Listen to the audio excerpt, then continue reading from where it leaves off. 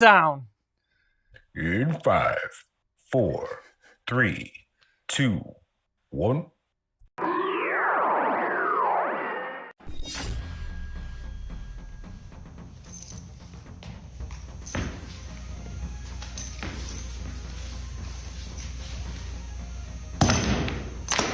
Get over here! Hi, I'm martial art master Daniel Pacino. You know me as the original Johnny Cage, Scorpion, Sub-Zero, Reptile, and Smoke. You are tuning in to NerdCage Live on YouTube, Twitter, Twitch. Don't miss an episode or you'll get caged. So let's finish him. This is Anthony Marquez, better known as Kung Lao for Mortal Kombat. Make sure to like and subscribe to NerdCage Live. Be there. Us. Hi, I'm Leah Montalongo, the OG Sindel. Please like, subscribe to NerdCage Live. NerdCage Live and gaming are a perfect match. Shoot the J, Joe. Okay. Shoot it! All right. Over on NerdCage Live on Twitch, Jay and Joe go live. Call me Bazooka Joe. It's all about you. Kaboom! Playing both old school and new school games every Tuesday night. Ooh, what a sight! Jay, stop looking at her face and run. But she's so beautiful. So be sure to follow NerdCage Live on Twitch. Run for your life, Joe. Run for your life, Joe. Running. Run faster. Oh no, Joe. The galaxy's doomed because of you. To scratch your gaming itch. Oh, nice kick, Joe. Thank you. Yo, that's diabolical. Wait. Yo! That's twitch.tv/NerdCage Live.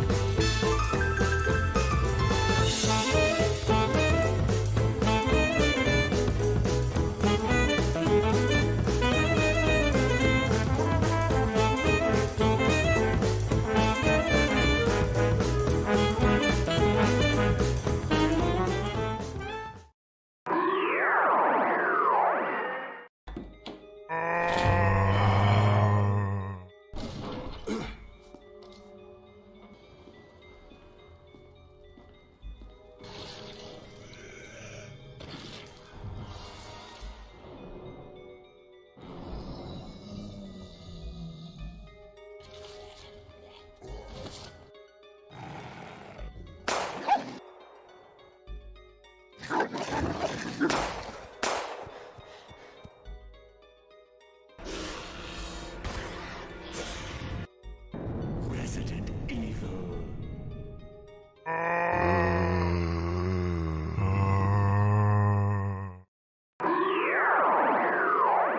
Don't get a sucker no statue. Give him chance. Come on, Creed. Hit me. Hey, woman. Listen here. He's mad. Your hair's been messing up my coat. Hey, how you doing? You're about to witness the strength of geek knowledge, you know?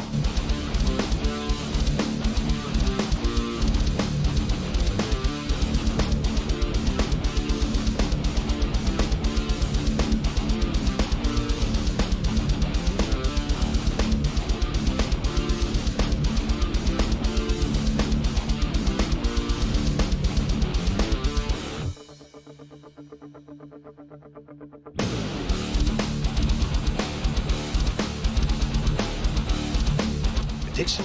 Yes, prediction. pain.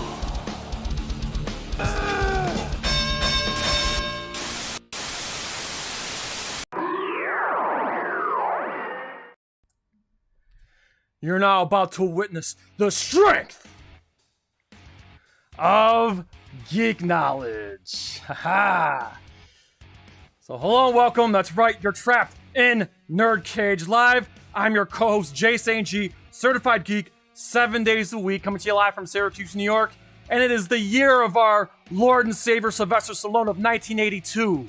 40 years ago, this was the best year due to the fact that he gave birth to the Rambo franchise in First Blood. But before that, he injected steroids to what made him famous in the Rocky franchise with Rocky 3.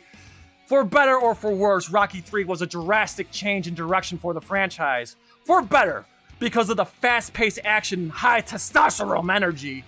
But for worse, due to the end of the dramatization of the series and what the direction the franchise took moving forward with the next few entries. So tonight, moderated by our moderator and trollhammer Joe from 4-on-1 Gaming, the warrior from Wakanda Mark Withers, the most passionate Rocky 3 fan I know, is here to dig deep into what makes this franchise and this movie so fucking awesome. So Mark, show him the strength of geek knowledge. Absolutely. What's up, everybody? Super excited to be here as usual. And yes, tonight is a night that is 45 years in the making. Did I get that number right? 40 years in the making. Yeah, I'm jumping the gun a little bit because I'm that excited. This is one of my favorite movies of all time. I'm going to say this. Over the past few months, we have done a very deep dive into the Rocky Balboa character, talking about all the different movies.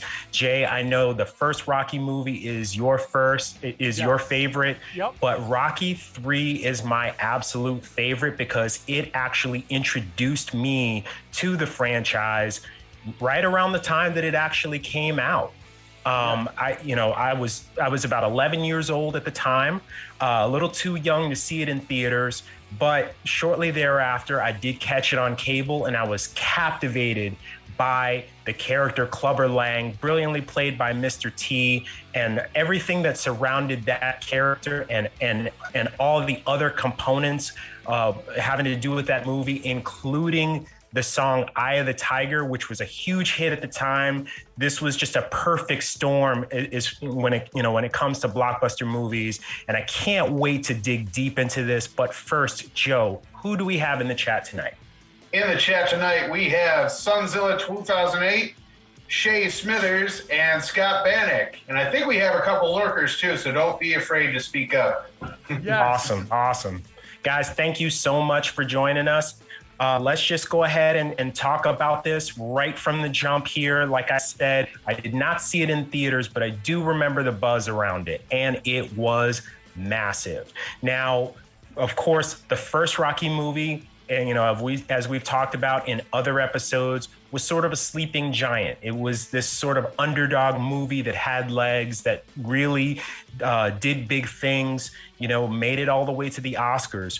Rocky 2 actually took that took all of the promise from the first movie and continued it, kept the ground running, and it turned out that the producers began developing Rocky 3 before Rocky 2 was even wrapped. There's articles going all the way back to 1979 that talk about Sylvester Stallone writing the script and kind of forming the initial plot points for this third movie.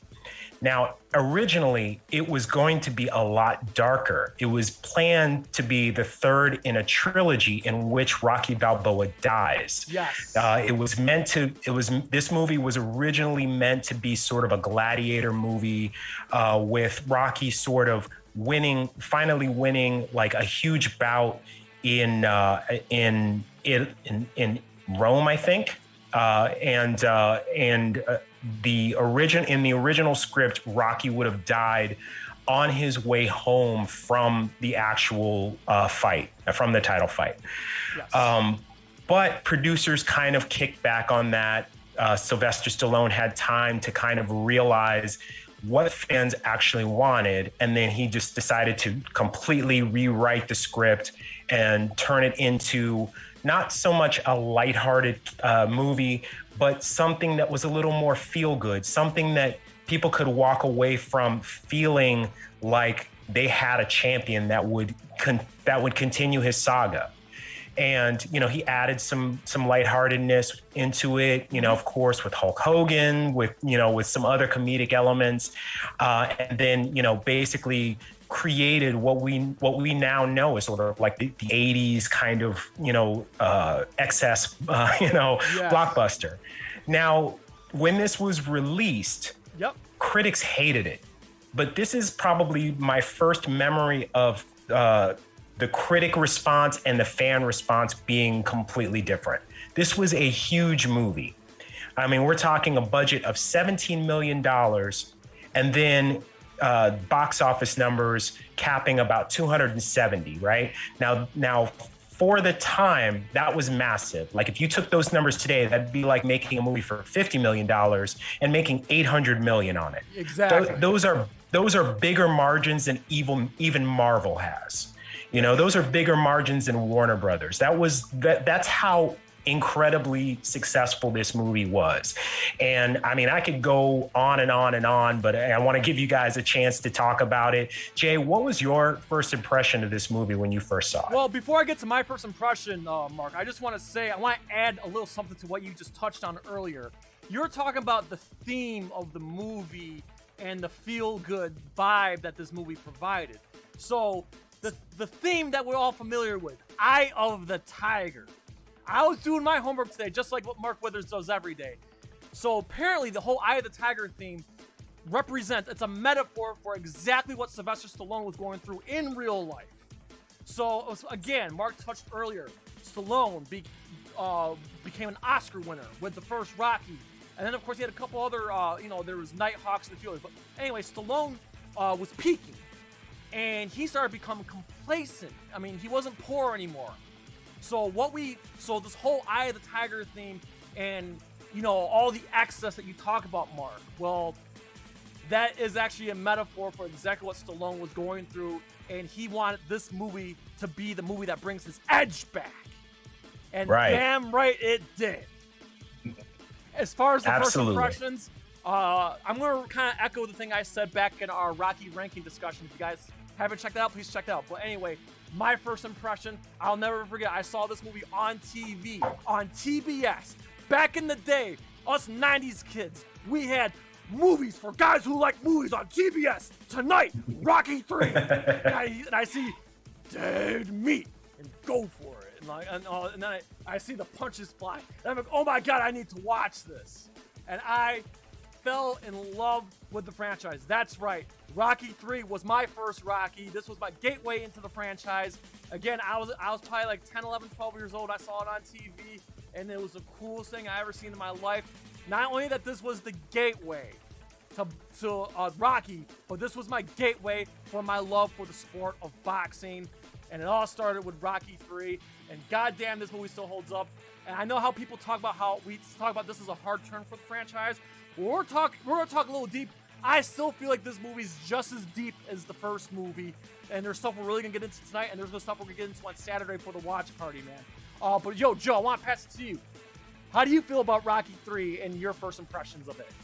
I love Rocky 3. I mean, boxing was still hot and heavy back then, and you know, wrestling entertainment was in its infancy, so that was starting to gain traction. And I mean, you can't not go in this loving Hulk Hogan and Clubber Lang and all the over-the-top greatness that was in this movie. It's a masterpiece still to this day. Keyword over the top, but it works. Yes. And I think but it was it necessary. works. Listen, I'm always going to say the first Rocky's the best movie, followed by the first Creed. But let's not sit here and pretend that the approach to Rocky 1 and Rocky 2 would have worked a third time, especially in the year of our Lord and Savior, 1982. I agree. I think that they knew that they had to pivot. They had to go somewhere. It couldn't just be pathos all the time, you know, just like kind of this sad, tragic hero. You had to show that he had a good, 5-year run of successes, of like knockouts, and where he's like this bona fide champ. And what happens to this guy when he's on top, and I think that they made the right decision, like changing the tone, because that was sort of the, that was sort of the vibe of the era. You know what I mean? It made sense to do it there as opposed to doing it, the way that like late 70s movies were done, which, the majority of those were a little bit darker and a little bit grittier, but audiences were not really feeling that in 1982. So it made sense for them to kind of go that way. Yeah, and I think that making it lighthearted and, a little over the top and everything for that time frame was a good direction anyway, because it made the first two movies more impactful by doing the other ones lighthearted like that. Absolutely. Now, before we break down some of the behind the scenes stuff, I just want to say real quick, I want to touch base real quick on the opening montage. Okay, so I've always said that Rocky 2 is a continuation of the first movie, kind of like an extension of the first movie. If the first movie was 4 hours long, that's where Rocky 2 comes in. This felt like a sequel. And the thing I love about the opening montage, keep in mind, 0 dialogue, just music, which we're going to touch base on in just a few minutes here. But just music, no dialogue. The movie explains everything. What Rocky's been up to since he won the title, and he's getting all these endorsement deals. He's knocking out opponents trying to take his belt, which we'll get into later. And of course, it also at the same time introduces the villain without even explain. They just explain by showing this montage. We don't get a proper. They just show Clubber Lang training, watching. Getting pissed off watching Rocky's success, and then going hard and training, and he's winning his fights well. So we're seeing the hero and the rise of the hero and the rise of the villain at the same time. No dialogue. Talk about a brilliant way of just giving both of these men backstory without actually giving them a backstory, if that makes any sense at all. I agree. I mean, what a brilliant way to just sort of streamline that part, because, you do have these two primary characters, and you need to have some way to explain who the villain is. Not even the villain, but let's say his opponent. You need to explain who he is, where he comes from, what he's about, what this means to him. And instead of bogging down the first act with all of this information, we get a nice montage that sort of explains all that, so that when there is dialogue, it just jumps right in. I thought that was so smart. I didn't realize that when I was a kid, but looking at it, watching it as an adult, you can kind of see how brilliant that was and how much thought and care was put into that moment. Absolutely. Joe, anything you want to add before we have Mark go into the behind the scenes? I agree that just having music alone with all the scenes they had on the screen and everything, it's just, it goes to show how you don't really need to tell a story to tell a story. All you really need is to put that visual aspect out there, and your mind will create the rest. Agreed. Well said, Joe. Well said. All right, Mark. So one of my favorite things about doing lookbacks with you is, again, the strength of geek knowledge that you bring.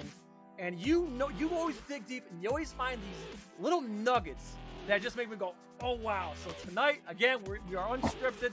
Mark, take us to some of the behind the scenes, man. Okay. So I think I touched on this a little bit when we first started the show, but basically, Stallone started writing this script in 1979.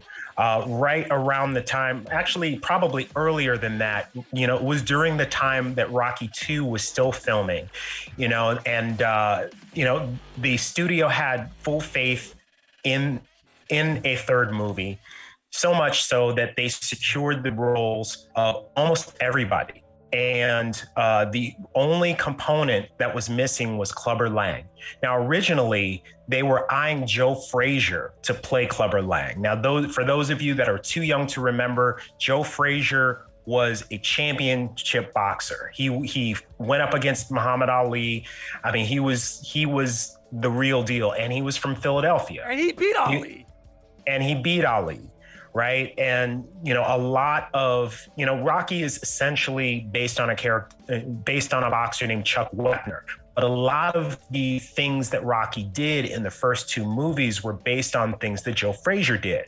So it made sense to have Joe Frazier come in and be the main adversary.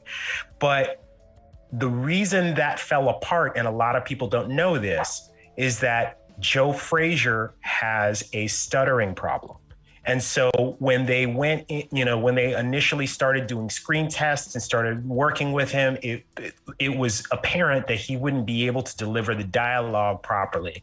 And so they decided to go another way. So they reached out and secured another boxer named Ernie Shavers.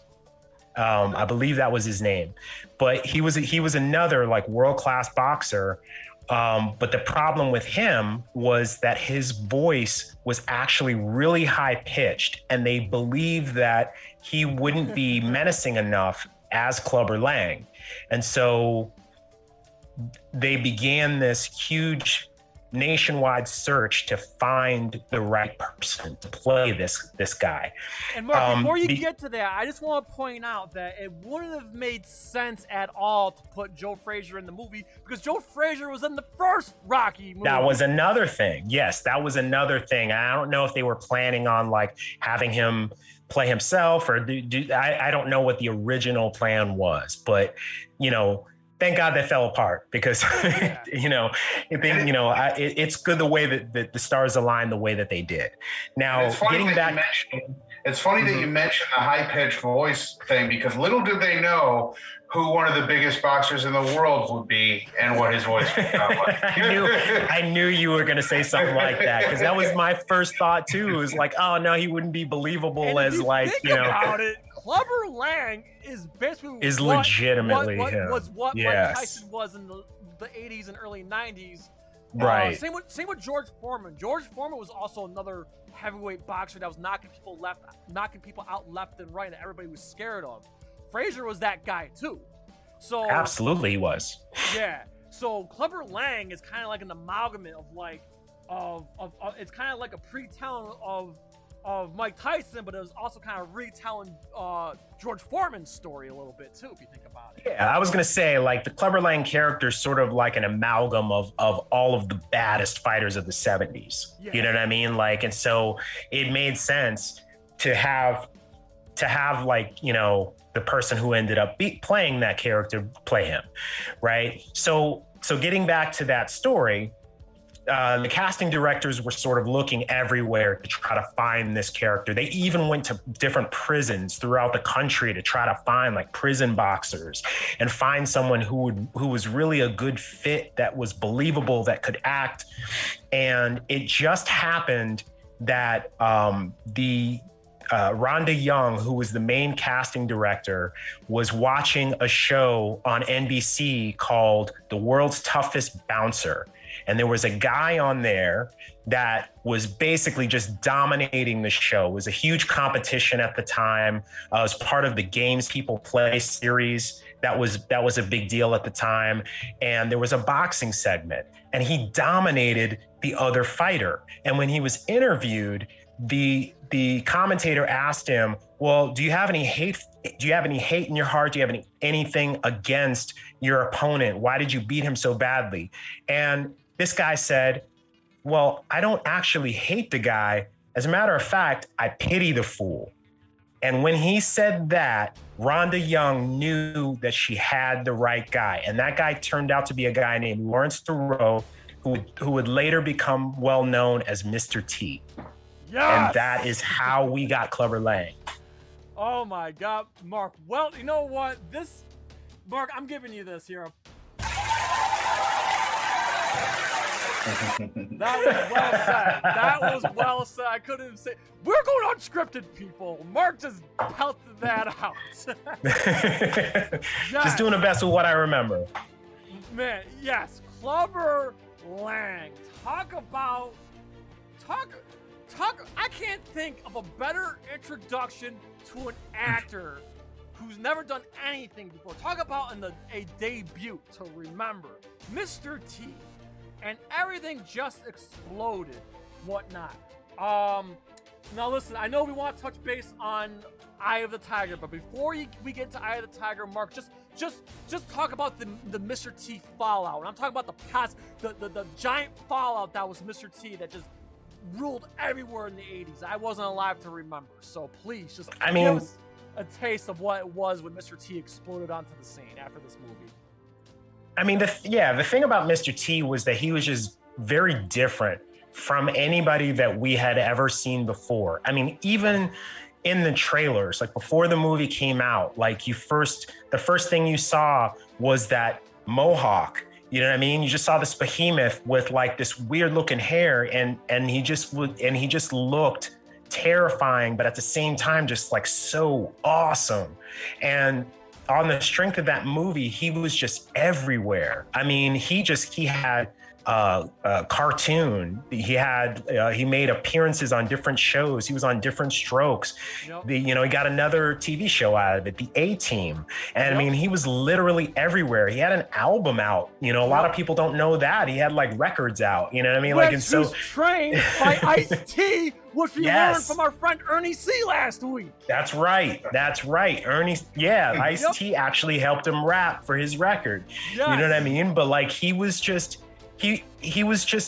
such a formidable, like such a fresh character, and so like formidable, you know what I mean? And he just like, he was the guy that you as a little kid wanted to grow up to be, you know? It was just an incredible time, because you really don't see, actors like larger than life like that anymore. Like maybe The Rock, but I mean, Mr. T was at that time probably like a bigger star than The Rock was. Yeah, than The Rock is. On top of that, similar to The Rock, he was also in wrestling. He ended up being Hulk Hogan's tag team partner in the 80s. If I'm not mistaken, I watched wrestling when I was a kid, but before my time, when Hulk Hogan's peak, his tag team partner was Mr. T, if I'm not mistaken. And also, and then we'll move on to the Eye of the Tiger after this. But recently there was a podcast, and I hate to end Mr. T's segment on like not a sour note, but on a slow note. But unfortunately, to this day, Mr. T is still mad at Sylvester Stallone for underpaying him. If I'm not mistaken, he was paid, I don't know if it was $30,000 or $40,000. I want to say it was $40,000. Which at the time, coming from where he came from, that was a lot of money. But due to the success of the movie, it just wasn't enough. And so anyway, Mr. T's daughter, I forget the woman's name, but she was on a podcast with Godfrey. By the way, I'm a huge Godfrey fan. But on Godfrey's podcast, they interviewed Mr. T's daughter, and she was talking about that. Like, he still, to this day, is mad at Stallone, and it's all because of the money. It's unfortunate. I hope they make it up someday, because I would love to see Mr. T in an Expendables movie. I would like to see Mr. T and Stallone on screen together one more time. So I hope they find a way to fix it. I hope Stallone pays them more money. I don't know. Whatever. I like to see them back together again, but to this day, I guess, despite the success from Rocky 3, Mr. T is still mad at Sly Stallone. I would love to see Mr. T in one of the Creed movies going forward. That would just be a huge, huge win for me, like if that happened. Oh, yeah, absolutely. So we touched about earlier, so the theme of the movie is Eye of the Tiger. And I can't think of anyone better to like take us deep into Survivor's biggest hit. The only thing I'll add before Mark gets started here, does anybody know what song Stallone wanted to be the theme for the movie to be? I think Mark already knows, but go ahead. Are we waiting for the chat, or are we waiting for me? Because I want to see if anybody knows. Does anybody in the chat know? That's a good one. Does anybody in the chat know what song that Stallone wanted the theme song to be. I'll give you a big hint. It's the most iconic bass line of all time. Let me repeat that. It's the most iconic bass line of all time. Come on, someone's got to know. Come on, Paul. Oh, boy. I'll give you a hint, guys. It's from Queen. Come on. Anybody. I know what it is now that you said that. Yeah. All right. No one knows. So Joe, why don't you tell them what the song actually was that Stallone originally planned to have as the theme for Rocky III? If I'm correct on that hint, I believe it was Another One Bites the Dust. Thank you. There you go. There it is. Oh, yes. Another One Bites Dust. Yep. So, yes, there you go, guys. Stallone was hooked on that song. He was hell-bent on getting that song for the movie. But there was one problem. The record label wouldn't let it happen. Therefore, Mark, go ahead and tell them what song wound up on the movie. Yeah, so I don't know how to approach this story. Let's start with that. So Stallone really liked Queen's Another One Bites the Dust. In fact, when they would watch dailies of the fight scenes, they would actually time it to that song so that like the hits would actually match like the drum beat and stuff like that, and the way that they moved in the ring would sort of like match the rhythm of it. He just kind of like felt that there was something kind of perfect about that for the movie. So he tried as hard as he could to get the publishing rights for that, or to get the licensing for it. And the label said, no way. So it happened that there was this band, Survivor, that was from the Chicago area. They had about 3 albums out, and they had a song on the radio at the time called Poor Man's Son. And Stallone had heard this song and asked for a meeting with their guitarist. So, Stallone and Paterick met, and Stallone explains to him, the basic plot points of the movie.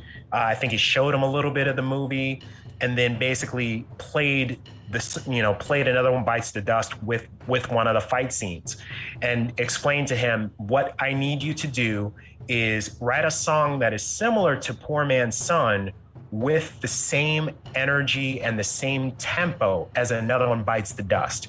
And the result was Eye of the Tiger, which was originally a song that Survivor was already writing. And I think it was called Survival originally, but they played around with the lyrics because it just happened that the first part of the chorus actually matched. It actually worked out to where they could make it rhyme with Eye of the Tiger. And so they changed the title of the song and released it as a part of the film. Another fun fact, before I even finish that part out, another fun fact is that the song from Karate Kid, You're the Best, was actually also considered to be the theme for this. But Advilson, wanted that for Karate Kid. And then another fun fact is that Eye of the Tiger was also being considered for the movie Flashdance, which was set to be released that same year. But the producers of that movie ended up going with the song Maniac as the main theme.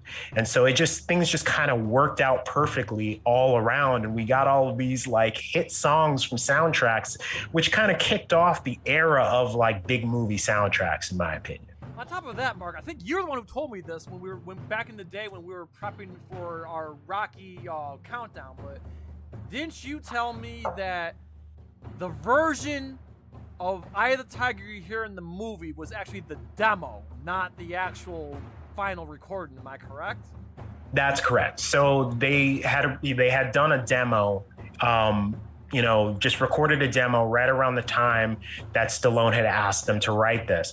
Now, there's a different version that appears on their album that has, I think it's slightly longer. And then there's like other instrumentation in it, the slightly different instrumentation.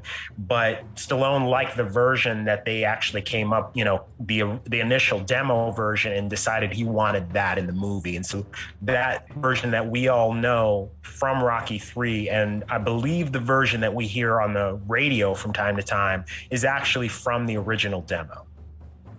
Okay, that's freaking awesome. So I got a perfect segue into our next segment here. So again, as I said earlier in the look back, that Eye the Tiger is the same theme of the movie, and it's a metaphor for what Stallone was going through in real life, meaning he was coming complacent, he wanted his edge back.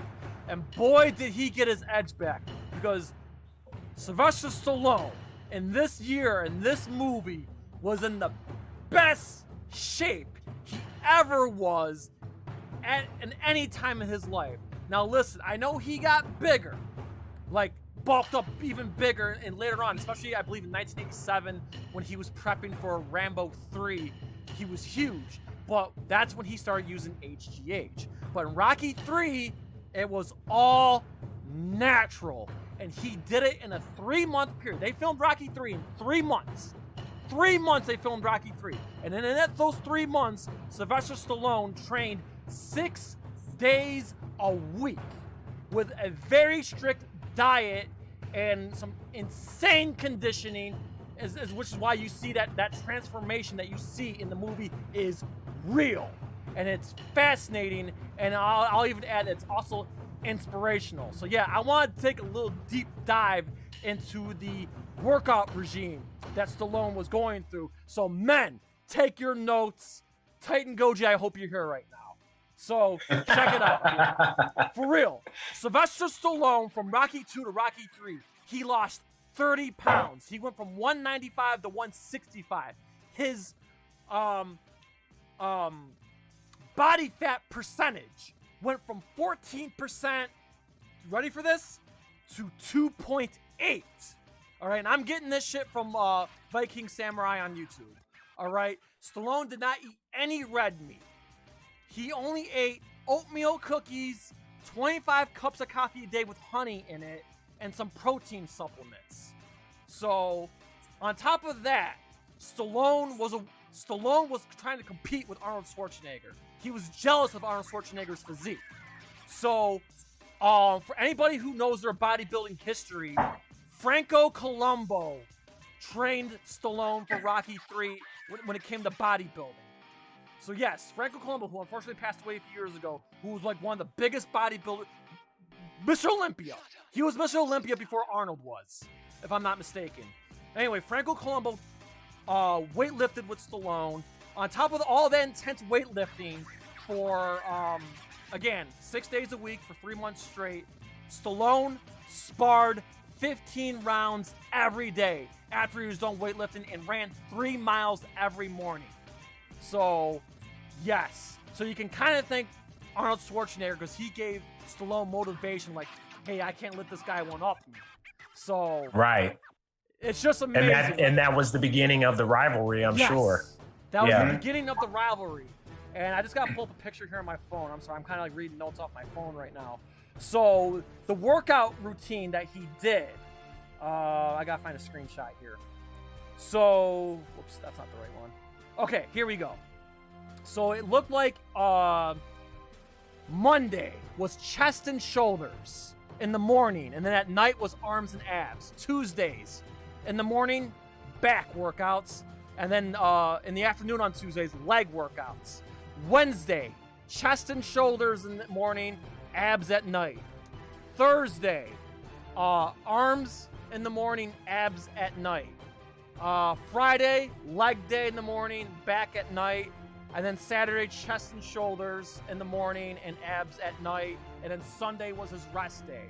And he didn't, apparently he didn't, now it hasn't been confirmed or denied if that was his cheat day or not. But I will say this. This is a good one. So Mr. T was also training his ass off during the movie as well.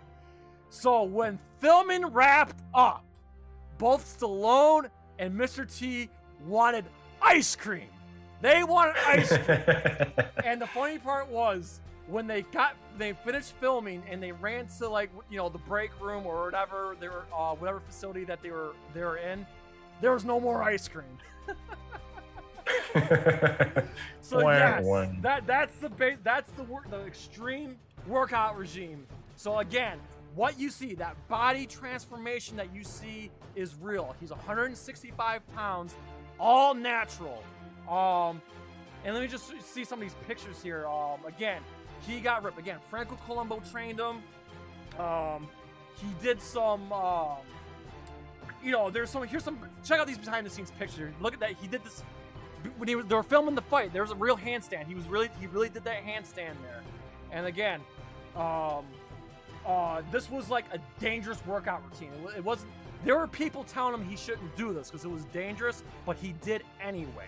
So just to show you, Stallone, still to this day, one of the hardest working men in Hollywood. He puts his body on the line for all his movies.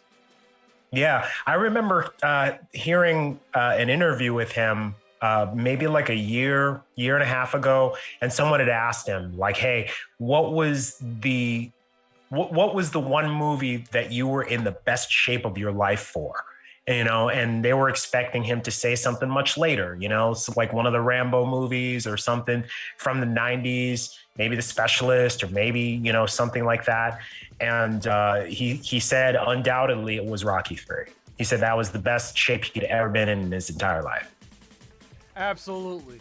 All right. So kind of like what we did back in November when we did the look back for Rocky 1, we're going to break down all the main characters. But before we do that, this would not be a NerdCage Live look back if we didn't talk about our favorite scenes. That being said, Joe from Follow On Gaming, I want you to go first. Go ahead and name some of your favorite scenes of the movie. My very favorite scene of the movie, I believe, will probably be the scene with Thunderlips. So I'm sorry, I have to go there. I have to go there. I was on a wrestling kick when I first saw the movie, so I mean, it's just great. I mean, the humor and everything in it, and you can see where they were going with it. It's awesome. Any more besides the Thunderlips scene? I did like some of the stuff with Apollo and everything, and that was pretty good. The little thing you keep playing in the in your intro there with them dancing around in the water, that was pretty funny too. Romance, baby, romance. Exactly. So those two stick out to me in my mind. All right, Mark Withers, I'm dying to hear what are some of your favorite scenes? Getting out while you can. Don't give this fool a little statue. Give him guts. That is far and away the best scene in the whole movie. This is what introduced. Right. I bet you ain't never had no real man. No, that was far and away the best scene. I mean, this introduces us, to Mr. T, his first lines ever delivered, really. It shows us really, who Clubber Lang is, and shows us his courage to really just step to Rocky, after being sort of evaded, as far as getting a title match, despite being the fact that he's ranked number one. He's like, I'm number one. That means the best, but he won't fight me. And I don't want to take it there, but I want to take it there just a little bit. But there's a line that he says, and I didn't really pick it up till I for the record, I just rewatched Rocky 3 on Sunday. Mm-hmm. If you listen closely, there's a line that he said that really, oh my God, I don't know if he improvised it or if Stallone wrote that in there. But before he goes on his tangent, all right, he says, politics, man. The people up top don't want a guy like me to have the title. Okay? Yep. If you want to dig deep to what that translates to, I ain't going to go there, but you know what that translates to. And absolutely. They prefer to have a sucker like you up top instead of a man like me. Like, damn, he went there. He went there. Like, wow. And the sad thing is, it's actually kind of, and nowadays, even today in any sport, in boxing or MMA, it's kind of true. There is a unfair favoritism that goes on when the media and the people and the promoters, if there's a fighter that they like for whatever reason, they want to keep them up top and they don't want somebody else to take that spotlight. And Mr. T said that. Right. Like, damn. Yeah. That's powerful shit right there. Okay. I think this movie, there's a lot more deep stuff in this movie that I want to break down, and that's one of them. Since you brought that up, you know. And it's I also think that it was sort of a throwback to Ali's time, you know, in the 60s when he first won the title from Sonny Liston, and you know, he started becoming like really outspoken against Vietnam and about you know, other political things that were happening, civil rights movement and stuff like that.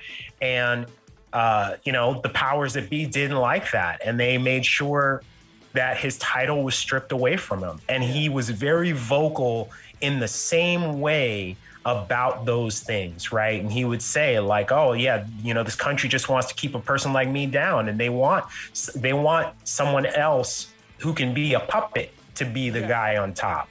And I think that that's really what they were sort of paying homage to, if you know, for lack of a better word. They were sort of like giving Ali his props without him really being in the movie, which I think is really smart writing also. Yeah, and on top of that, and you know, Rocky doesn't have an idea that he's being propped up like that. He didn't even know that the 10.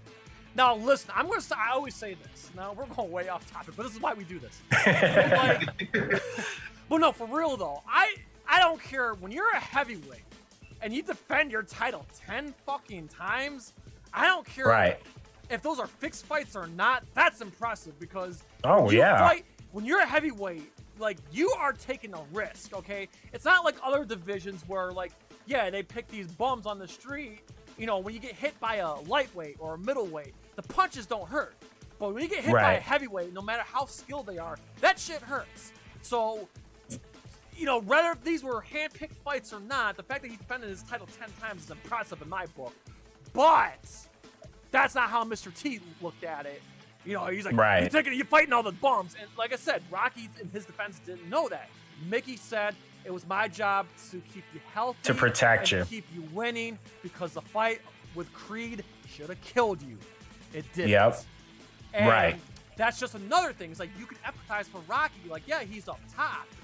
But, like, Mr. T is right for what he said, but it's not Rocky's fault. Obviously, Mr. T doesn't know that, you know, he probably doesn't know that Rocky knows or not, you know? So, like, when you see Stallone or Rocky come to realize, like, he goes, I need this fight then. I can't go on, I can't retire knowing that you propped me up these last 10 fights. I can't. You know, and that's just the fighter side of Rocky. Like, that's just that's just him being a fighter. Like, I can't retire knowing this. You know? Yeah. Which is also a powerful scene when he sits down with Mickey. Come on, Nick, one more. And he's like, this is one of my favorite scenes too. And he's like, no, Rock, we don't need it. And he's like, if you don't, I'm gonna tell everybody you haven't changed your underwear in 10 years. And he's like, oh, you would, wouldn't you? That's good stuff, man. Okay, Mark, any other of your favorite scenes besides besides Clubber Lang's brash introduction there when the statue scene? So I also like the scene on the beach with Adrian where Rocky sort of confesses to her that he's afraid, and that's why he won't step up his game when Apollo is trying to train him, because he's sort of every day sort of reliving the beating that he took from Clubber. You know what I mean? And Rocky's MO up to this point has been to lead with his face, because he's that tough. You know, his method has just been to outlast the other fighter. Yes. And this is a guy that he could not outlast. And what happens to a guy whose tactic doesn't work after it's worked for 5 years straight? you know? I think that's a very telling moment about the character who's always putting up this brave face, you know, like this very strong front for everybody else. And he just kind of lets himself be very human in that moment. And then Adrian is the one that steps up, even though all this whole time she has not wanted him to fight, steps up and tells him that he needs to get past this in order win or lose. I'm still with you, but you need to face this. Yep. And I just thought that was a really powerful moment, probably the most powerful scene in the movie. And I want to add to that scene too. Talk about a character. We're gonna get into it a little bit, but talk about a character progression of Adrian. You know, going from the shy woman who, you know, covered up, and now she's motivating Rocky to fight. Talk about a, you know, character transformation. We see it in this movie, and it's fascinating. It really is. I always said that, you know, Rocky, the whole franchise is a character-driven story, and we follow these characters closely. All right, so my favorite scenes. Man, I hate to echo everything Joe just said, but I know the scene serves no purpose. I understand. You could take the scene right out and it doesn't change anything, but goddamn do I love the Thunder Lips fight. It's just so goddamn funny, okay? All the exchanges there, you know, how much do you think he eats? About 202 pounds. And then like... weighing in at about 210 pounds. And then add on top of that, Rocky, remember the neighborhood. And he's literally running away from Hulk Hogan, and Paulie's just trying to motivate him, like, do you remember the neighborhood, Rock? And then Mickey's out there saying, get out of his way. It's so funny because, like, what the fuck is he supposed to do? Like Hulk Hogan's like 6'8", 350 pounds. And Stallone's a small man. Like, what is he supposed to do? So that's what makes that scene so goddamn funny. And then I guess my other favorite scene, I mean, I'm not gonna go with. Obviously, I like the fights, but if I'm taking some of the dramatization, man,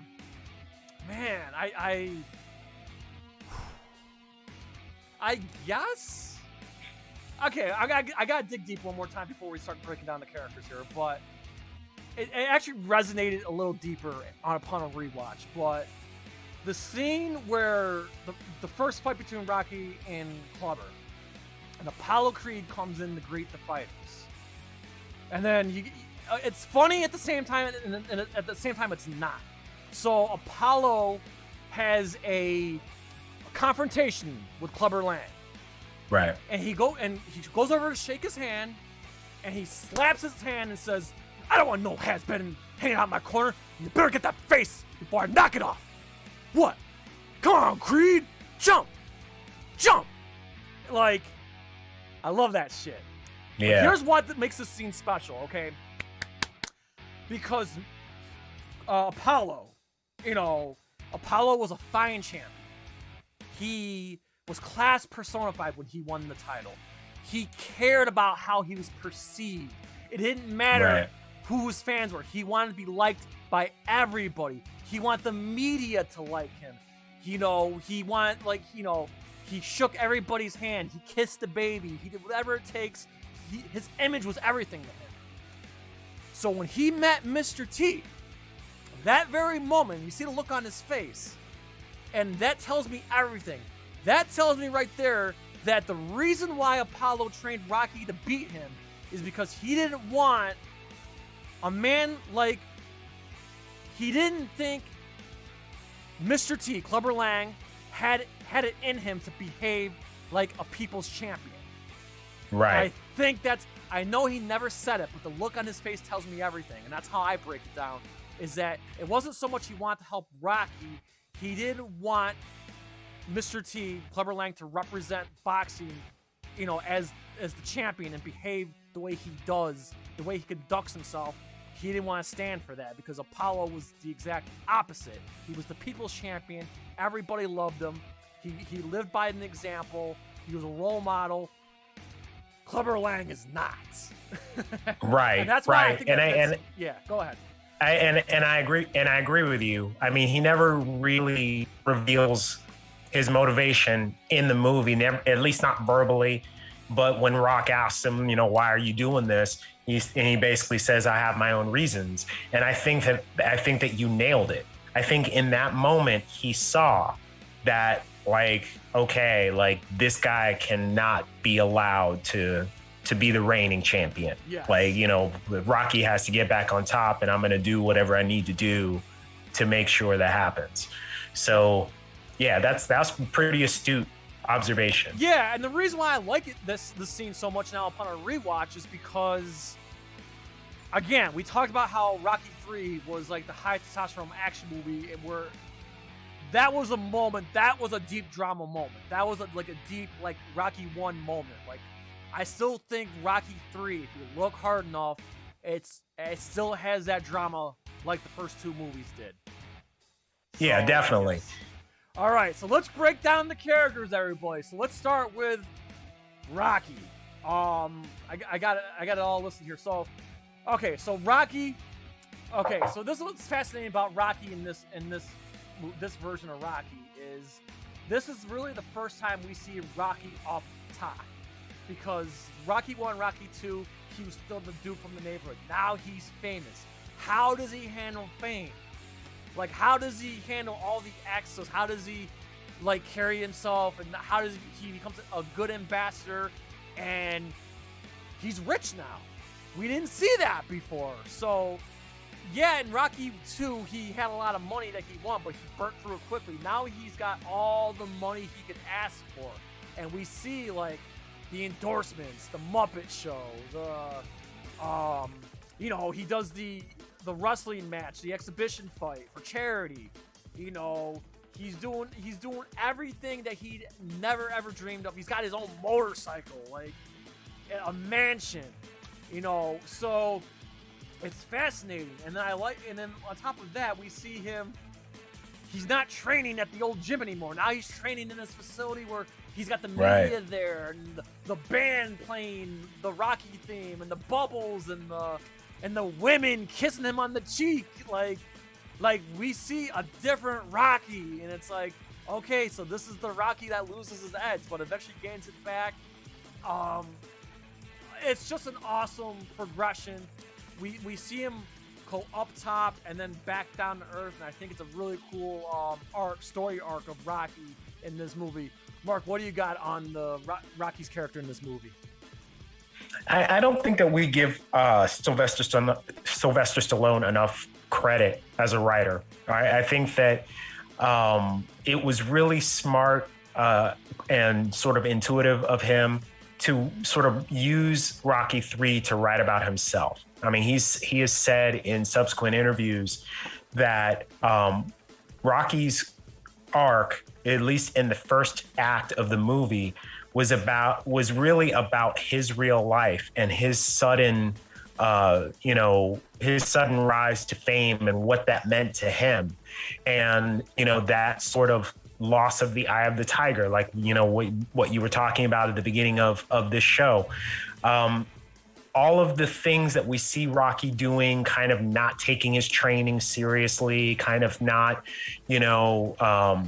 really striving to become stronger, to become better, just really like letting the fame and letting the success go to his head. These were all things that Stallone himself experienced, and he was realizing that about himself, and he used this script, this sort of rewriting of the original script, as a way to sort of pass, like get past that and sort of like self-actualize.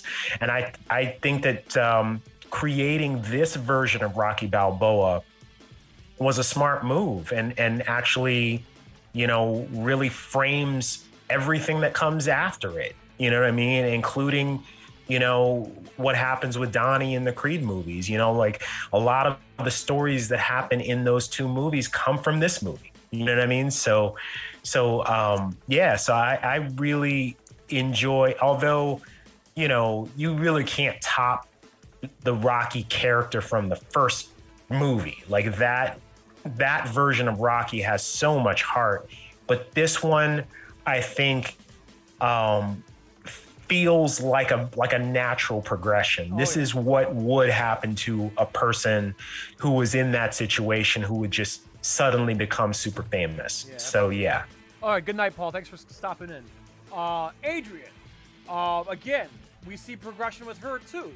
Again, we touched on it earlier. She was started off as this shy woman who, you know, felt uncomfortable being in the man's apartment, this and that, and now, you know, she's living a good life now. You know, she's rich and famous, and you know, obviously she's got her hair done and this and that, and now, you know, something that I wish they kind of delved in a little bit more, but you know, she has her little jealous moment when Rocky gets to kiss on the cheek. I kind of wish they went a little deeper with her character when she reacted like that. They kind of like brushed over that scene. I'm wondering if there's like, you know, stuff that didn't make the cutting room floor. But again, as we touched on earlier, as you said, one of your favorite scenes there was she says, "Hey, you got to take this fight, you know, or else you'll regret it," you know. And like I said, I like the progression that she's no longer this shy woman. She's, you know, she's trying to motivate her husband, and she wants her husband to go out on top, win, lose, or draw. And that's just a fascinating character progression of Adrian. What do you got on Adrian, Mark? I would echo that sentiment. I think that really the strength, really like throughout the franchise up until, you know, obviously Rocky Balboa, is that Rocky and Adrian really are necessary for each other. They bring out the strength in each other. And just like we see Rocky's, you know, rise to success and him becoming a champion, we see Adrian kind of go from this meek, kind of unassuming person to really the strength, the backbone behind Rocky. You know what I mean? Like, he wouldn't be where he is without her. And even when he loses everything, she's the one that convinces him that he needs to keep going.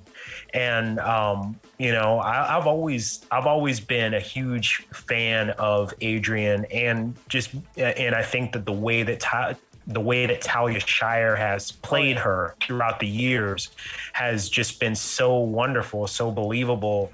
You know what I mean? She just truly embodies the character, and I've appreciated her for all these years. Absolutely. And the keeping it within the family here, Polly. Again, I always love that you said, Mark, that Burt Young is the unsung hero of the franchise. Absolutely. Now, he definitely has his stupid moments in the movie. We'll definitely probably get to it more in the watch party. But let's just say for starters, I'm just going to say I just love the beginning where he's drunk and he destroys the Rocky pinball machine. And like, and then he gets arrested and he tries to fight Rocky in the parking lot. And as soon as he doesn't have any punches to throw, he's just like, "Can I have a job?"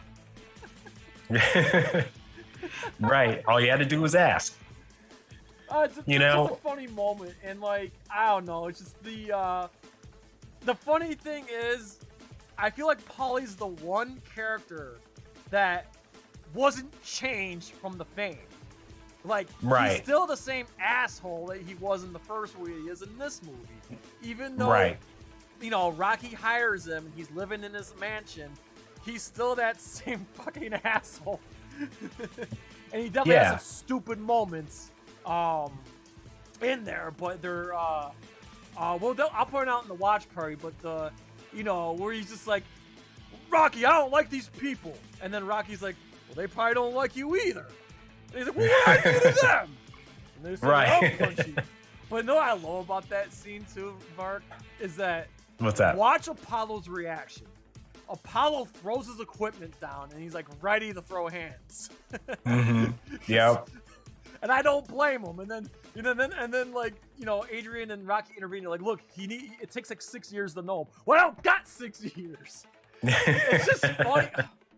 I just want to reiterate that playing the role of Polly is not an easy role to play because he's not exactly the most likable person. But she does such a great job. Yeah. I mean, yeah. What more can you say about Burt Young? I mean, he won. Well, I don't think he won. He was nominated for Best Supporting Actor for the first Rocky. I mean, I feel like every year that these movies came out, if he was in it, he should have been nominated. I mean, he's that good and that believable. And the character, to me, represents not Rocky's past, but basically Rocky's roots, where Rocky came from. And the fact, like you mentioned it, like you nailed it, like he never changed throughout the entire franchise. He stayed that same guy. Yeah. Like he didn't let, his friend's money change him. He didn't try to really, like try to act like something that he wasn't. And I think that is a representation of Rocky's roots and Rocky not forgetting the neighborhood, right? Yeah, so to speak. And let's not forget, Rocky, doesn't exactly have a very polished background. I mean, he was working for the mob. He probably did a lot of things. Probably committed a lot of crimes. Absolutely. And the way when you see Polly's behavior, especially in this movie, like it just shows like Rocky didn't come from the most colorful place. I'll leave it right. And he's meant to be that reminder. You know what I mean? That said, he's like incredibly likable in like a comedic way. Yeah. Like they found a really good way to use a powerful character like that, but at the same time make him comic relief without making him a total buffoon. Yeah. And that's what I really like about that character. Yeah, and they kind of made him a buffoon in Rocky 4. Well, yeah, by that time with the robot. Yeah. By the way, Mark, have you watched the Rocky 4 director's cut yet? I haven't watched it yet. Okay, no. Okay. Well, let me know when you do. Okay. Yeah. So next one. Okay, progressing over to Mickey. Sadly, this was the movie where, no pun intended, Mickey bit the dust. But that was a very pivotal point in the franchise. Rocky loses, not only that he loses the belt, but he loses his manager, his trainer. Like, the only thing I didn't really quite understand, I still can't grasp on it, and this is, I think, the perfect opportunity to talk about it. Mm-hmm. Why did Mickey try harder to pursue Rocky to why did he pursue Rocky to go back to the old gym? Why did Mickey give in to Rocky to let him have that extravagant setting and that extravagant gym? Like, why? That's the one thing I can't comprehend is why did Mickey allow that to happen? I mean, right. I just feel like, based on what we've seen from the first two movies, like he would never let that fly. I mean, yeah, he said, "Come on, Rock, let's go back to the old gym. Let's get the blood, sweat, and tears in this." Right. And then he's like, "Oh, come on, let's go out in style." And like, right. I'm just surprised that Mick let that slide. Yeah. I think it was kind of like an unwritten thing to where, he kind of knew, let's give him a taste of this so he can appreciate more where he came from when he realizes this isn't all what it's cracked up to be. So maybe it was kind of like a life lesson he had to learn on his own because he realized he wasn't going to just do it because he said to do it, Yeah, that's a good point. I never thought of it that way, but that's a good observation, Joe. Sometimes you come out with that left hook, Joe, and you just... Every once in a while. Mark, what do you got on Mick? Because I've always wondered that. But anyway, anything you want to add to Mick? So... It's tough because I tend to agree with you. When he was adamant about not training him, for this fight at the beginning, he was laying out all the reasons why Rocky shouldn't fight this guy. He's hungry. You're not hungry. He's a bulldozer with a wrecking ball attached. Like he was saying, he was basically laying out like you know, all of the reasons why this would end in tragedy.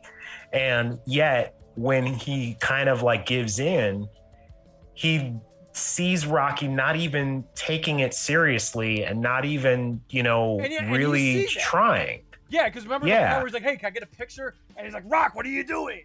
You know. Right. You know, you see his frustration, but he's not the Mickey from the first one that, you know, gave up Rocky's locker to somebody else because he's like, he sees the potential in, but he just clearly wants to be a bum. So here, like now, you know, now you don't have a locker anymore. Like he should have been that Mickey in that moment. Yeah. You know what I mean? But yeah, for whatever reason, you know, he just kind of lets him do what he's going to do up into the point where he's needing to, up into the point that he's about to fight Clubber. You know what I mean? So it is a little bit out of character, and I have scratched my head about that myself. I have a hard time kind of rationalizing that, but it doesn't ruin the movie. Yeah, it doesn't ruin the movie at all. And one thing I do like though is now going into the fight, Stallone didn't listen. Well, obviously he was bothered because, you know, he was having a heart attack and he probably wasn't thinking straight. But Stallone didn't listen to his advice. Mickey said, in order to beat this guy, do not stand toe-to-toe with him. Wear him down.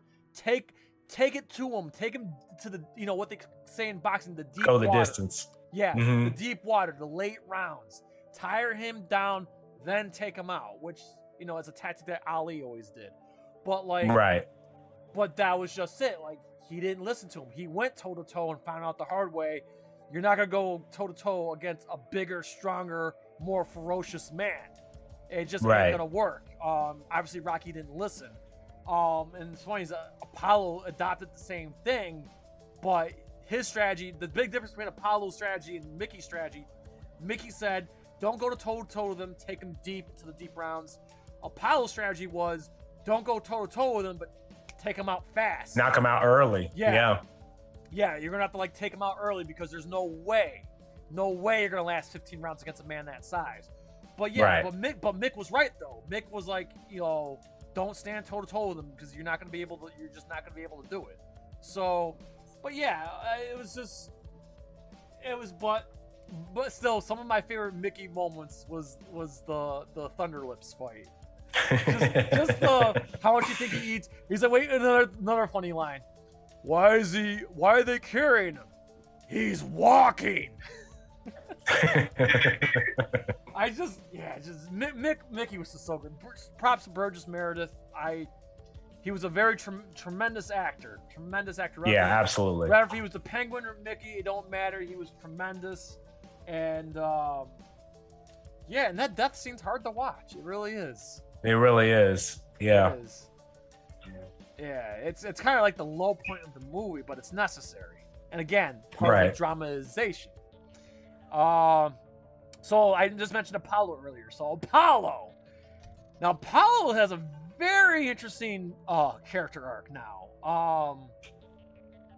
So Apollo Creed, no longer champion. But he's still in the public eye. He's in good spirits. You know, he's still involved in boxing. He may not be fighting, but he's doing commentary. He's still promoting fights. And, you know, we just talked about it earlier. When he met Clubber, that was the moment where he wanted to train Rocky. And it was just, you know, definitely a fascinating watch to see go from Apollo the fighter to Apollo the trainer. And the thing you can appreciate in this movie is we actually get a deeper look at his origins. You know, his Los Angeles setting, the gym that he trained in at Duke's gym. With Duke, yeah. So we kind of get more of an Apollo Creed backstory in this movie too, and it's awesome. Mark, what do you got? Same, you know, like, you know, one of my favorite scenes in this movie is sort of the reveal, right? So, you know, when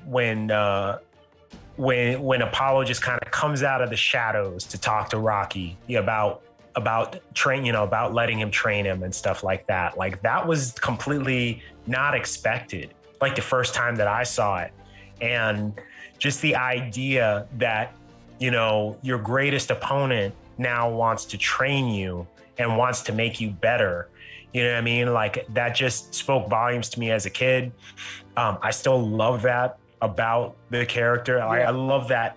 I love that reversal. Do you know what I mean? Like, after watching the first 2 Rocky movies, I think that he's really, really well played by Carl Weathers in this, you know.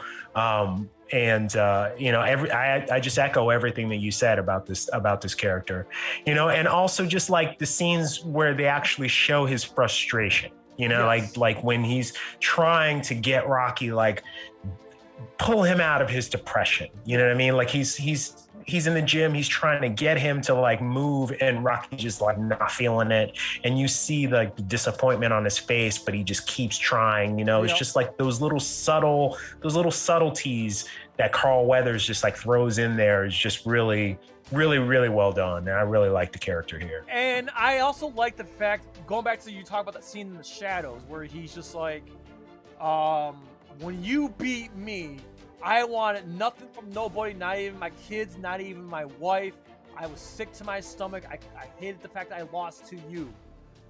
And then he sees himself in Rocky. He sees Rocky in that same position, and he's like, and he doesn't want Rocky to go through what he went through when he lost. Right. And then, plot twist, he helps Rocky win the title back, just so that he can get him in the ring one more time, but with nobody, in private. Right. And I like that they did it that way, and I love the ending. I love how it just ends with there's just them just like each throwing a punch, and both punches you know are gonna land. Yep. So you have no idea who actually won the fight. That was the way to end. And we did not know who won the fight until 2015. We found out in 2015 that it was Creed that won the fight. Right. Absolutely. Which, by the way, is one of my favorite scenes in Creed, where Adonis is like, well, so who won the fight? He did. Mm-hmm. Just no nothing else. He did. And Apollo just he didn't. That's what I love about Apollo. Didn't want the fame. He didn't want the belt. He didn't want the attention. He just wanted to know, okay, could I beat this guy one more time? Yeah, that's it. It's cool little reveal that it's a cool piece of Rocky history that we get in Creed. And God, I hope when Creed 3 comes out, we get more little nuggets that we learn about the characters. Yeah, there. Absolutely. All right, and real quick, we don't have to spend long on the next one, but Duke. I like the fact that we see more of Duke. You know, Duke's gym, and one of my favorite lines of Rocky 3, where Duke is like, man, it was a pain in the ass, working against you. Now we get to work with you, finally. Right. Absolutely love it. But yeah, again, love Tony Burton's performance. I love the fact, again, I love seeing the training scenes. It's just fantastic. Stick and move, Rock, stick and move. It's just cool. I like the character Duke. I know Apollo was really the one. I know Apollo was doing a lot of the training, the promotion, but let's give Duke some of the credit. Duke had his hand in the training too. So absolutely. And it was Duke that trained Apollo, and then it was both Duke and Apollo that trained Rocky. So right. It was cool that we got to see more of Duke's character. We got to see his gym, and again, fantastic performance from Tony Burton. May he rest in peace. Yeah, absolutely. I mean, I've always been a fan of Tony Burton in these movies. I thought he was fantastic in the first movie, even though it was just that one major scene. But I like that as time progressed, he became more and more prominent in these movies.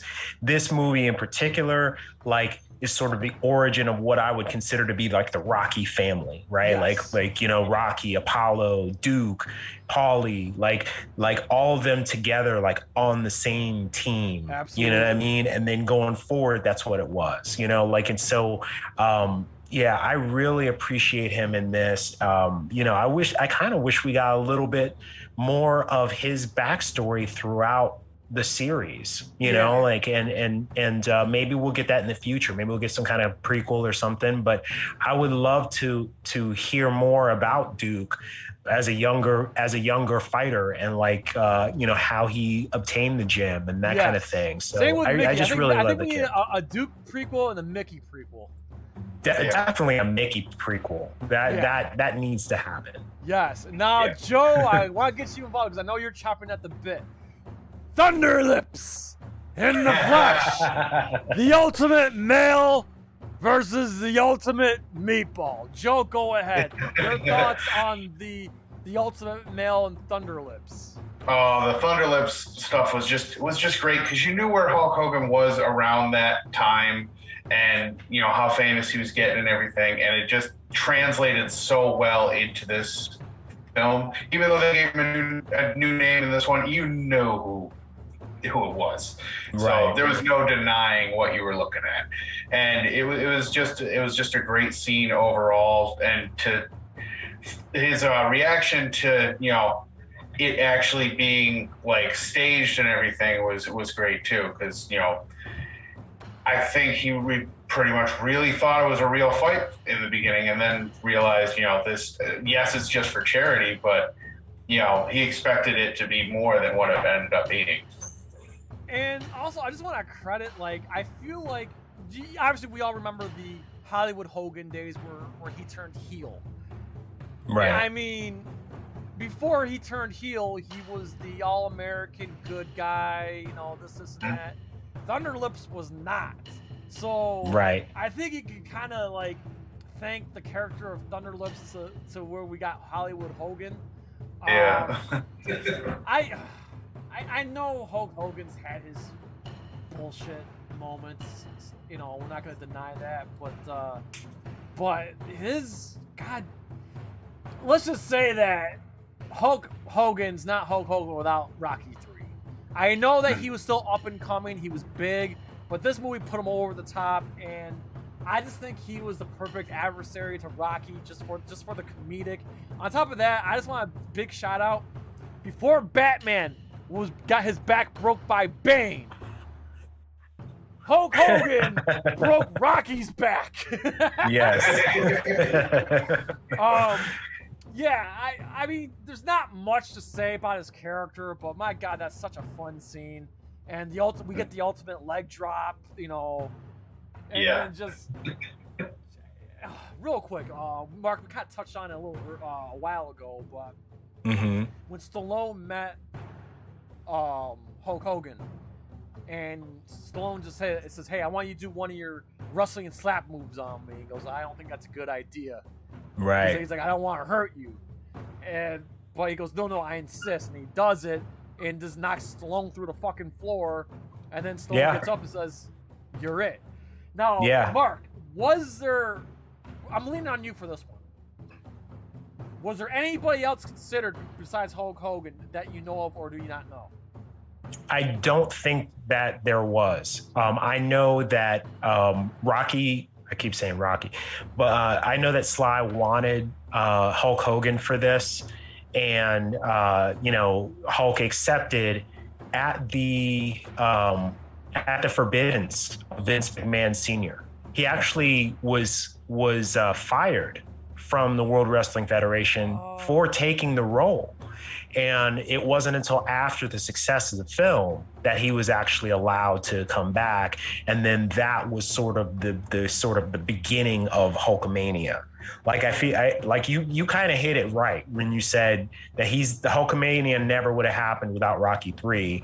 It's true. Like when he left and did that movie, and then that wound up being, even though it's a small part, it wound up being like a seriously memorable part of the movie. Like that actually put him on the map. And so I think that was the beginning of the other wrestlers going into movies, like Andre the Giant and exactly Roddy Piper. Yep. Yeah. Zeus. Mm-hmm. Zeus. Another thing I want to point out too, real quick, is you just mentioned that Vince McMahon fired him. Vince McMahon, to this day, Vince McMahon and Hulk Hogan still have bad blood. Like, there's a lot of ugly history between those two.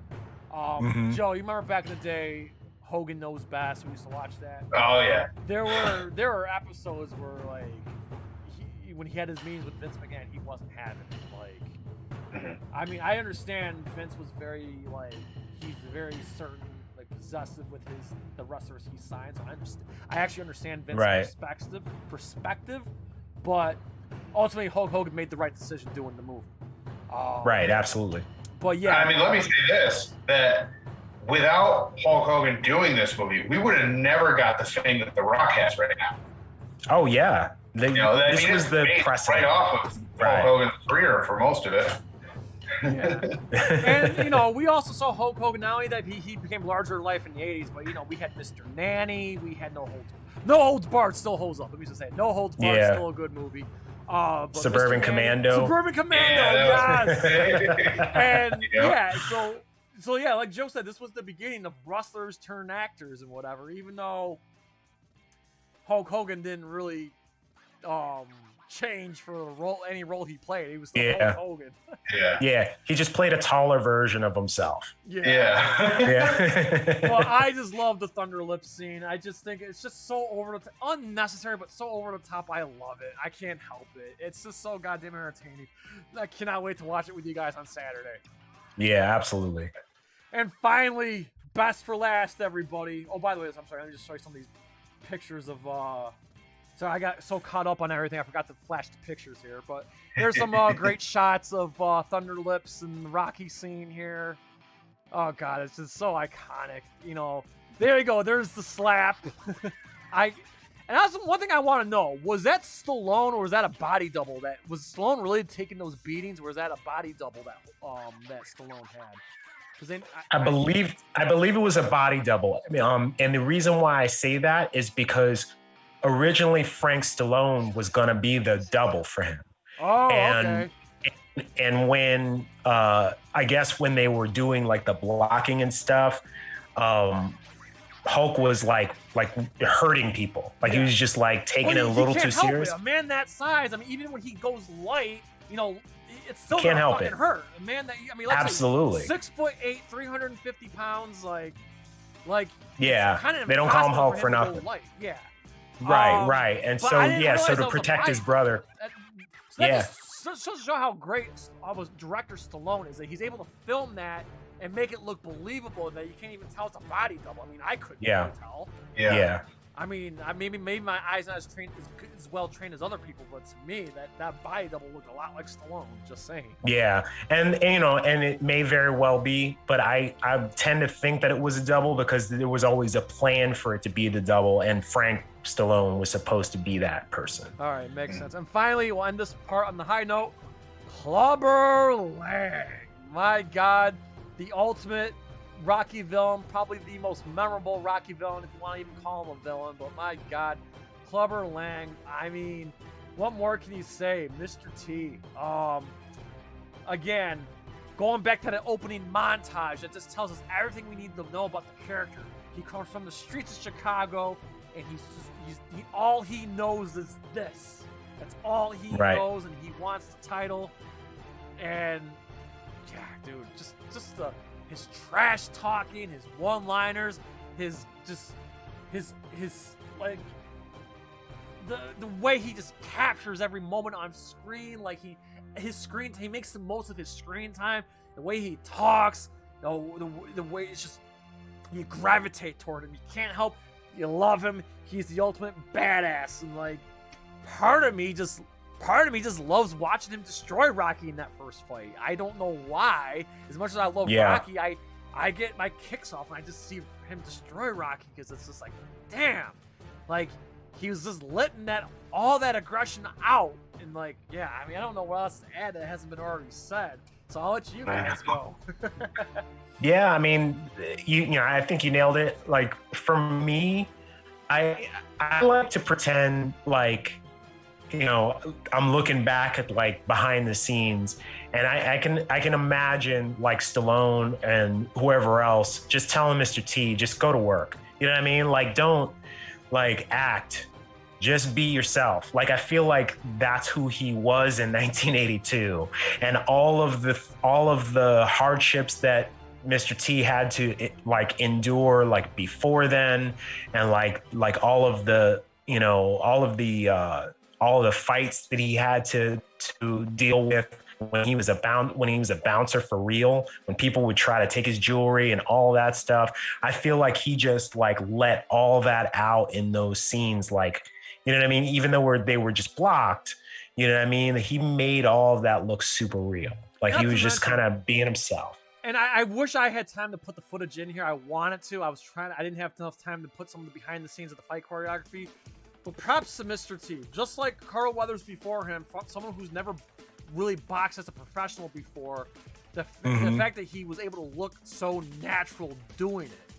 And right. Just credits to both Stallone and Mr. T that they made the Clubber Lang character believable. Like, his style of fighting, where Apollo Creed fought like Ali, used his distance, you know, Mr. T came in like Joe Frazier and George Foreman, like, or to help people better understand Mike Tyson. But this was before Mike Tyson. But Clubber Lang is basically what Mike Tyson was before Mike Tyson. He was absolutely. He was just a force that just came at you, a bully fighter with power. Exactly. With power, and the size difference between him and Stallone is incredible. Like, Jesus Christ, Mr. T was a goddamn tank. By the way, happy belated birthday to Mr. T, who turned 70 on Saturday. 70 years old, yep. That's so right. that would have made him 29 when they filmed this movie. So, yeah, absolutely. Just an incredible, like, a man who was a bouncer. Like I said, Carl Weathers was a linebacker. Mr. T was a bouncer. The fact that Stallone was able to make these men look like believable boxers is just, and it's incredible to their talent and incredible to Stallone's talent as well. Absolutely. So what do you think, guys? We'll open up the floor for a minute. We'll call it a night. Yeah, sounds good to me. All right, guys. So yeah, that's a breakdown of all the Rocky characters. Listen, just real quick, shameless plug before we open up the floor here.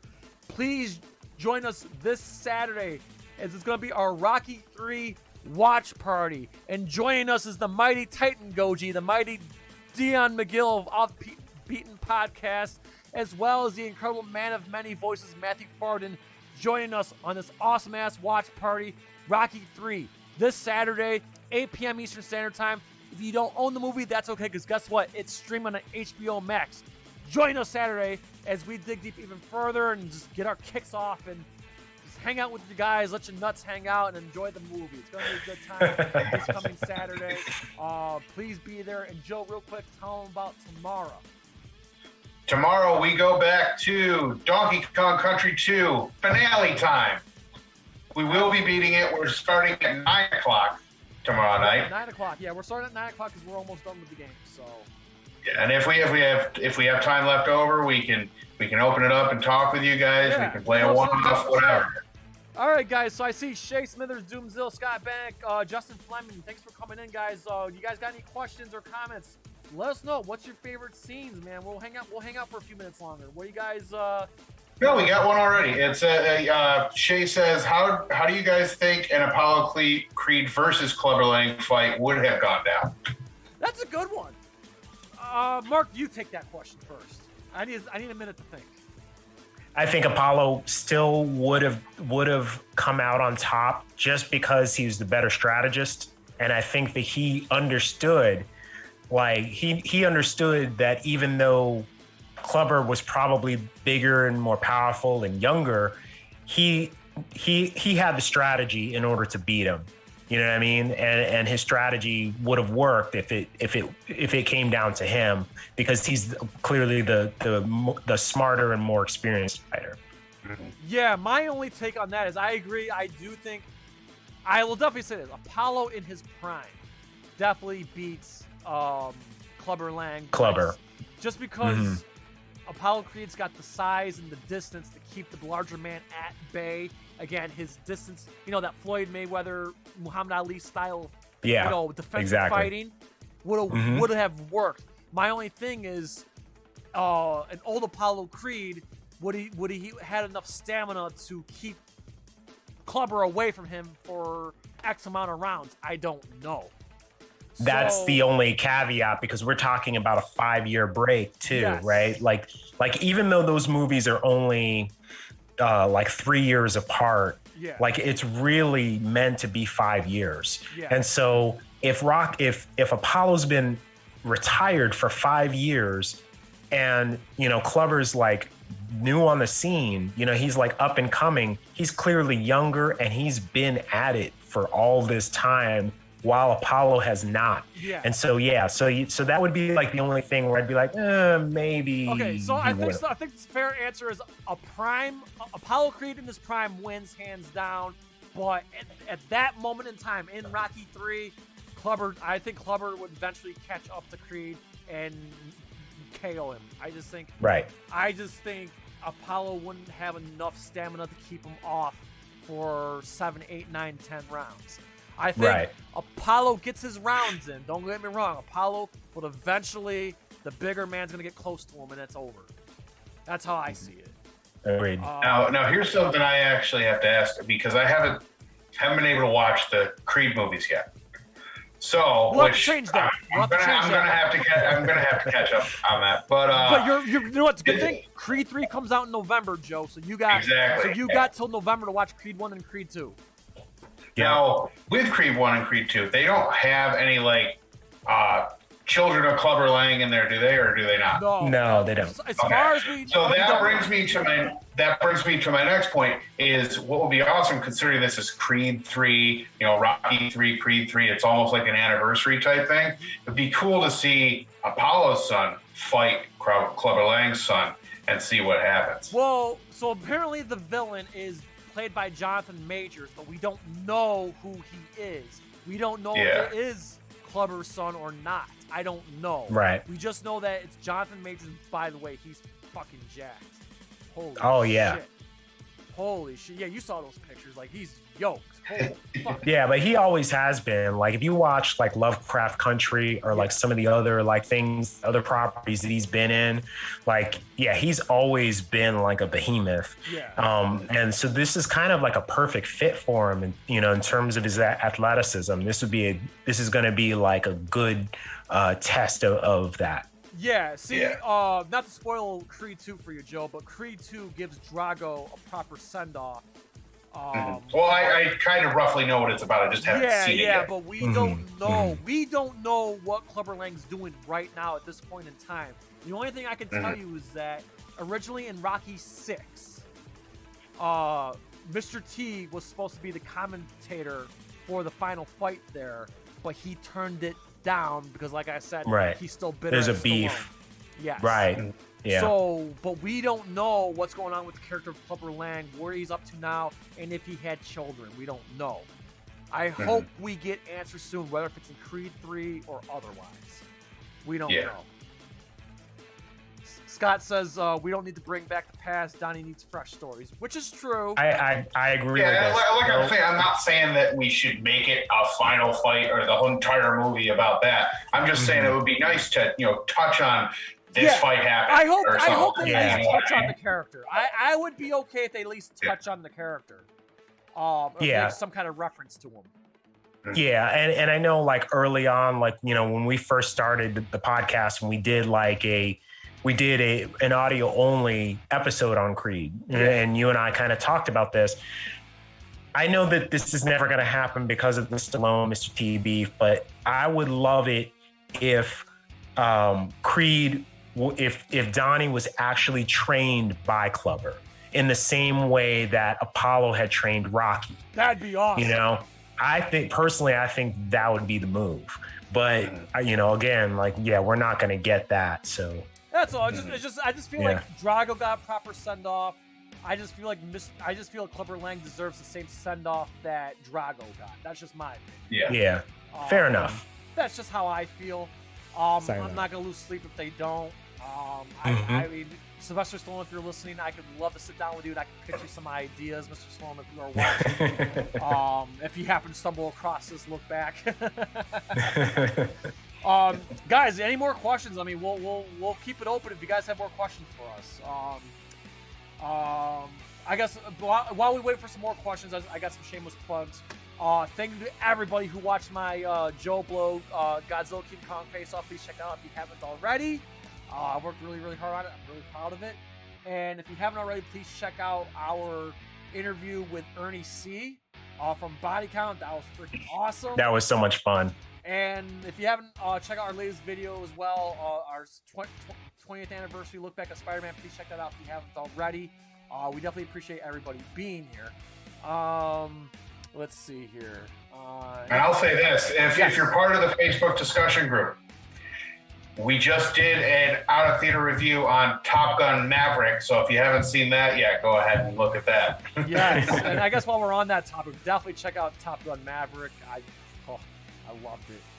I loved it. Is it awesome. My favorite movie of the year? No, but my God, is it great. It's great. Oh, it's movie of the year for me. I can't wait to see it. Right on. Right on. All right. Okay, I don't know if any more questions are pouring in. So Mark, I'll just hand the floor over to you if you got anything you want to plug or anything you want to discuss real quick before we call it a night here. So since we're plugging things, I know that we don't give a whole lot of attention to our TikTok, but NerdCage Live does have a TikTok channel, and the three of us plus Hobbs from H Mods have been reviewing the Halo TV series. Yes. So just if you are interested in that series, you can see the kind of like what we think of it. Personally, we think that there are some high points, some low points, but all the videos are up there, so check them out. Yes, absolutely. Also, I also did a quick reaction of the mid-season finale of Better Call Saul. I'm still shaken up by it, so Better Call Saul fans, you know what I'm talking about. And actually, we got something real quick, and I think this is a good note to end on. Shea Smithers just brings up that Ray Liotta yes, passed away today. I'll just touch base real quick. I was shocked. As far as I know, it sounded like he passed away in his sleep while he was filming a movie down in Brazil. I absolutely love the movie Goodfellas. The first person I texted was Fist Vegas, because I know Goodfellas is one of his favorite movies, so he was the first person I texted when I saw the news. But yeah, 67, I think it scares me is that that's like my parents' age. So yeah, it's just that's why I kind of find it disturbing. It's like, oh my God, all these big names are dying at the same age as what my parents are, so I get shaken up a little bit. But yeah, I can't really think of his extensive body of work, but the first movie I think of is Goodfellas. Absolutely love Goodfellas, and man, did he make that movie. Some of his lighter stuff like Wild Hogs. Sure, Carino. I think he was, even though a lot of people did not like this movie, I personally liked it, and I think that he was probably the best part. Many Saints of Newark. He played two roles in them, and he was fantastic in both. A lot of people don't know this about Ray Liotta, but he was actually Tim Burton's first choice to play Bruce Wayne. When the Batman movie was coming out, he saw him I think he was on some soap opera. I think it was Days of Our Lives, maybe. It was like one of those like old school like soap operas, and he was very impressed with his level of intensity, his look. He thought he had the right look, the right physicality, and he wanted him to play Bruce Wayne. And for whatever reason, Ray Liotta turned it down, and we wound up with Michael Keaton, which I'm perfectly happy with. he was a great Bruce Wayne. Yes. Well, yeah, I guess that's a good note to end it on. Joe, do you got anything to add before we call it a night here? I think you guys covered pretty much everything. Okay. And real quick, just want to regurgitate real quick. Tomorrow we'll be on Twitch playing Donkey Kong Country at 9 o'clock, or Donkey Kong Country 2, at 9 o'clock. We're going to be finishing it up. But yes, again, if you guys still need to get your Rocky 3 fix, we're not done, because Saturday is the actual anniversary of Rocky 3, and we're going to be doing the watch party again with our dear friends Dion McGill, Titan Goji, and Matthew Farden. Can't wait.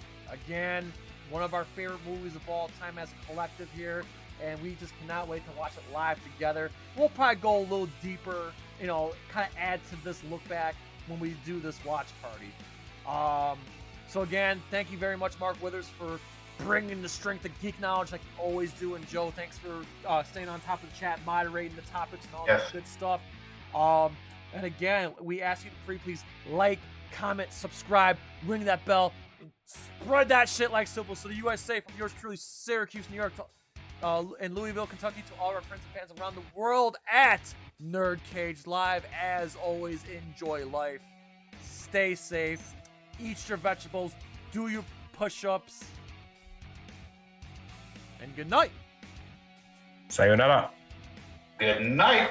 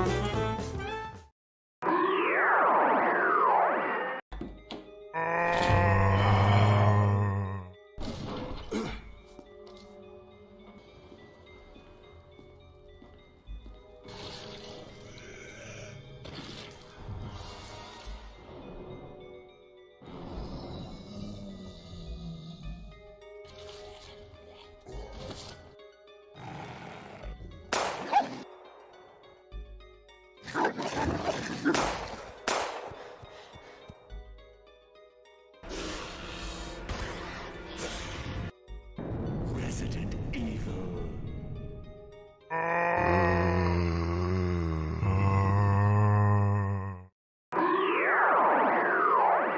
NerdCage Live and gaming are a perfect match. Shoot the J, Joe. Okay. Shoot it! All right.